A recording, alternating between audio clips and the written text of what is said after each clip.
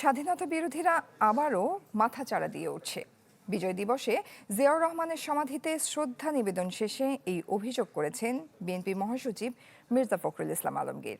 আর জাতীয় স্মৃতিসৌধে বিএনপি নেতারা বলেন, গোলাম আজম ও মতিউর রহমান নিজামীকে সূর্য সন্তান আখ্যায়িত করে মুক্তিযোদ্ধাদের অপমান করেছে জামায়াত।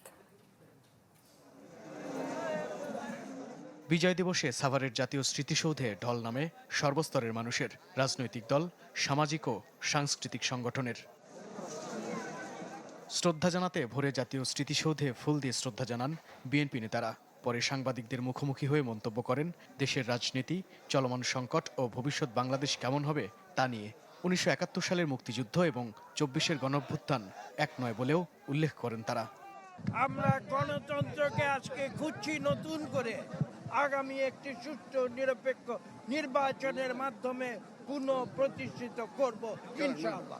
গোলাম আজম সহ ওর সাঙ্গ বঙ্গরা যদি জাতির শ্রেষ্ঠ সন্তান হয়, তাহলে বীর মুক্তিযোদ্ধাদেরকে অপমানিত করা হচ্ছে।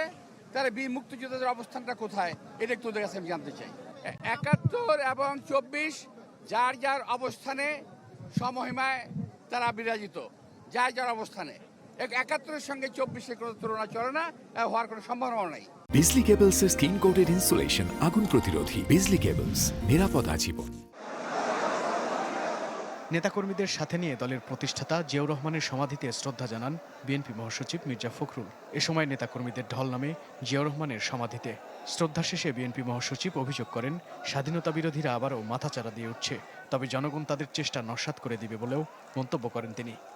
যারা স্বাধীনতার বিরুদ্ধে অবস্থা নিয়েছিল, আজকে তারা আবার মাথাচাড়া দিয়ে উঠতে চায়।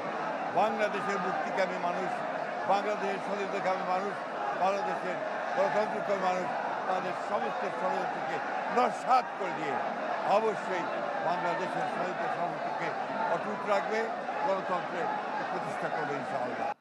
মির্জা ফখরুল বলেন, দলের ভারপ্রাপ্ত চেয়ারম্যান তারেক রহমান ২৫ তারিখ দেশে ফেরার পর গণতন্ত্রের লড়াই আরও বেগবান হবে। মাহবুবুর রহমান, চ্যানেল 24, ঢাকা।